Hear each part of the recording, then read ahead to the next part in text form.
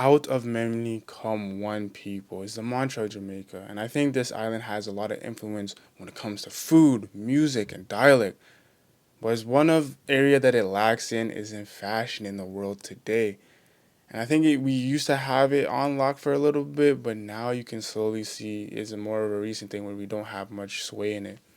So in this video, we're going to talk about the downfall of Jamaican fashion. So make sure you like and subscribe. Now, Jamaica has a diverse culture. It was under British rule up until August 1st, 1838, with the emancipation of the Caribbean.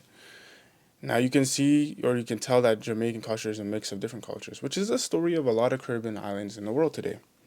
And sometimes it's a good thing, sometimes it's a bad thing. But I think in Jamaica's case, it's a good thing.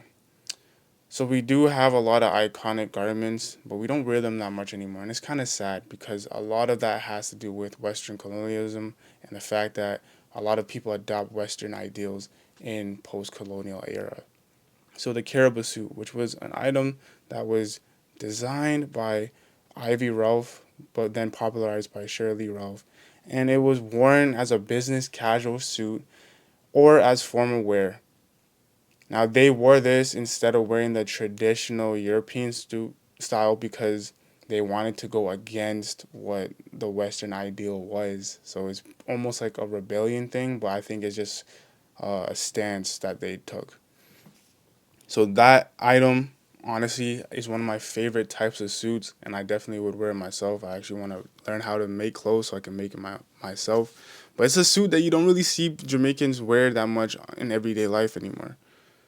Now, Rastafarianism, okay? A lot of people are familiar with it because of the obviously late great Bob Marley, but it is a school of thought slash religion that started in the 1930s, along with, I believe it was Elijah Muhammad who started the Nation of Islam, so that sect of Islam.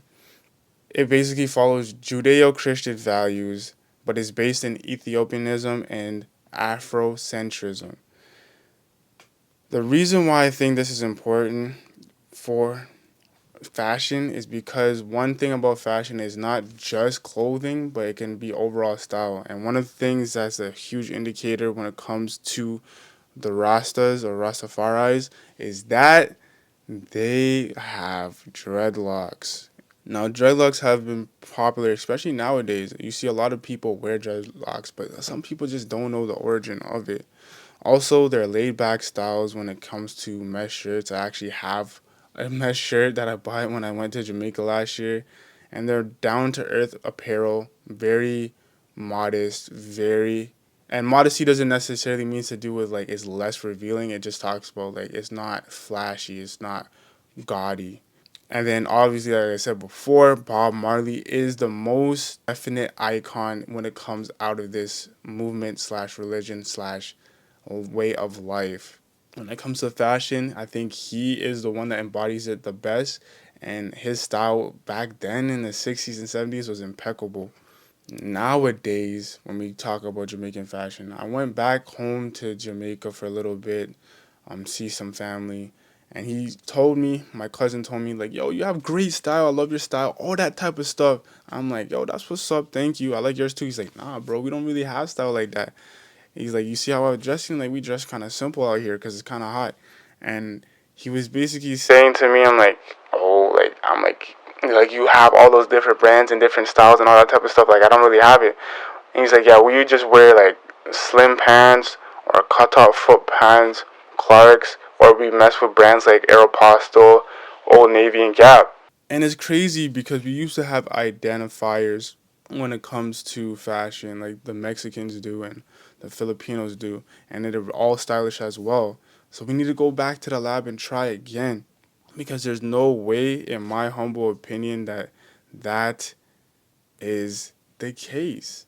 I really do think that Jamaicans have so much stuff in their arsenal, so many articles of clothing in their arsenal that they can bring out and they can style and they can show the world what they have other than just dreadlocks and a mesh shirt.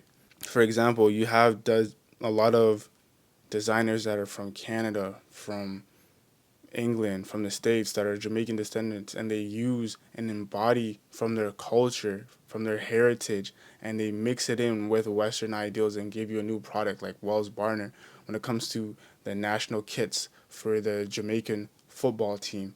These are the things that I'm talking about that we have in our arsenal that we can show the world, showcase to the world that we do have style, just like how Nigerians do, just like how Filipinos do, just like how any other group out there has their own garments, but they are able to recreate it and put it on the global stage and say like, yo, this is how we dress, but we're gonna mix it up and do something that you can wear every day. I think Jamaicans should do that. My idea is to take what we used to wear when it comes to Rastafarianism, take traditional garbs like the caribas suit, and reinvent it, repackage it the same way that a lot of the Western designers do with their older garments. For example, like Vivienne Westwood, when she takes like lace, which wasn't really worn that much, and then she made it into punk, and then you would see the pearls, and she did it in a punk way. You can do that with Jamaica. You can do that.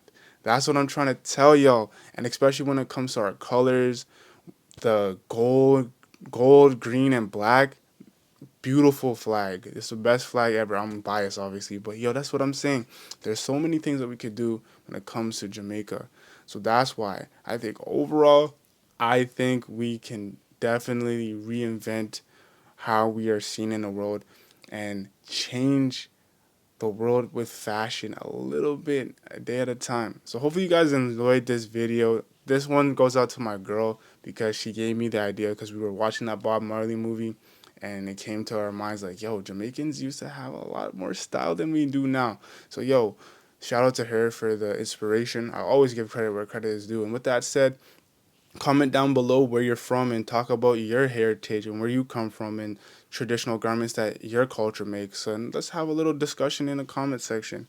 And with that said, this is your boy Darius D, and I'm signing off. Y'all stay suave, live long, and prosper. You feel me?